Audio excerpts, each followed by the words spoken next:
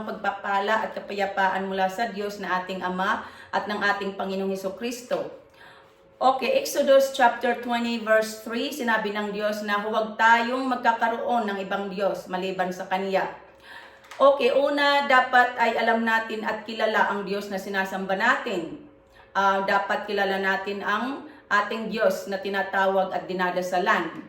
Ang tunay na Diyos ay ang Diyos na nasa Biblia, ang Diyos ng bansang Israel, ang Diyos ni Abraham, Isaac at ni Jacob, ang lumalang ng langit, ng lupa at ng mga bukal ng tubig, ang Diyos at Ama ng ating Panginoong Hesus. Iyan ang Diyos na sinasamba ko't pinaglilingkuran, ang Panginoon ng langit at lupa, ang banal ng bansang Israel. Okay, sa Old Testament, ang tawag sa Kanya ay Yahweh or Jehovah. Ngunit sa New Testament, hindi na yan ang tawag natin sa Kanya, ngunit siya pa rin yan, ang Diyos natin ngayon. Pagkat sinasabi sa Revelation 1 verse 8 na ang Diyos sa kasalukuyan ay Diyos sa nakaraan. Nakaraan means Old Testament at sa darating. Okay, sa New Testament, ipinagkalala siya ni Jesus Christ sa atin bilang ating Diyos at Ama. Kaya Ama ang tawag natin sa Kanya sa New Testament. Si Jesus Christ, ang bugtong na anak, siya ay Diyos na minamahal ng Ama. Ito yung nasusulat sa John 1 verse 18. I'm sorry. Okay, sa previous verse, sa Exodus 20 verse 1 to 2, sinabi ng Diyos kay Moses na ako si Yahweh ang naglabas sa inyo sa Egypt at humango sa inyo sa pagkaalipin. At sinabi ng Diyos, huwag kayong magkakaroon ng ibang Diyos maliban sa akin. Iyan ang pinakaunang utos sa 10 utos na ibinigay ng Diyos kay Moses at ibinigay naman ni Moses sa mga tao. Ang utos na ito ay hindi lamang para sa kanila, para din sa ating lahat ito. Ang 10 utos ay unang ibinigay sa mga Israelita, silang unang nakarinig nito. Ngunit para din ito sa ating lahat, sa bawat generations na nabubuhay, kaya dapat nating sundin. Okay, si Moses ang sinugo ng Diyos upang hanguin sila sa pagkaalipin. Ang mga Israelita ay naging alipin sa Egypt ng 430 years ayon sa kasulatan. Sinasabi sa Exodus chapter 3 na narinig ng Diyos ang daing ng mga Israelita at nakita niya ang hirap na dinaranas nila. Exodus chapter 3 verse 8, sinasabi na kaya't bumaba ang Diyos upang iligtas sila at ihatid sa promised land. Ang promised land ay ang lupang pangako na ipinangako ng Diyos kay Abraham at sa kanyang descendants. So, ang Egypt ay nagre-represent ng lugar ng slavery at kalupitan.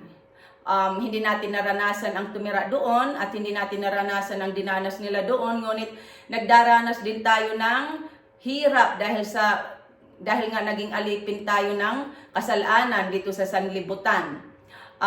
Dahil dyan, kaya naghihirap tayo spiritually. Sa Biblia, sinasabi na iniligtas ng Diyos ang mga Israelita sa pamamagitan ng dugo ng kordero. Iniligtas sila at tinubos sa pagkaalipin. Gayon din naman, iniligtas tayo ng Diyos or tinubos tayo ng Diyos sa ating mga kasalanan sa pamamagitan ng dugo ni Kristo. Sinasabi sa John 1 verse 29 na si Jesus Christ ang kordero ng Diyos na nag-aalis ng kasalanan ng sanlibutan. Okay, so si Jesus Christ ang tumatayong Moses natin. Si Moses ay sinugo ng Diyos upang hanguin sila sa pagkaalipin. Si Jesus Christ naman ay sinugo ng Diyos sa takdang panahon upang palayain tayo sa pagkaalipin ng kasalanan. Okay, nang mailabas na ng Diyos ang mga Israelita sa Egypt, dinala sila ng Diyos sa wilderness or ilang at tinuruan sila doon ng 40 years. At ibinigay ng Diyos doon ang kautusan sa Mount Sinai. Ibinigay niya kay Moses at ibinigay ni Moses sa mga tao. So, ang unang utos na ibinigay, ang pinakaunang utos ay ang huwag kayong magkakaroon ng ibang Diyos maliban sa Kanya. Dahil nga tinubos sila ng Diyos at hinango sa kalupitan. Hinango sila sa kahirapan at kalupitan. Ganon din naman, tinubos tayo ng Diyos sa pamamagitan ni Jesus Christ sa ating mga kasalanan na nagpapahirap sa atin. Kaya dapat na huwag din tayo magkakaroon ng ibang Diyos. Huwag tayong sasamba sa mga Diyos-Diyosang iyan. Itinuro sa atin ng Panginoong Hesukristo sa New Testament na ibigin natin ang Diyos ng buong puso, ng buong kaluluwa, ng buong pag-iisip. Sabi ng Panginoon, iyan ang mahalagang utos at ito ay equal sa huwag kayong magkakaroon ng ibang Diyos.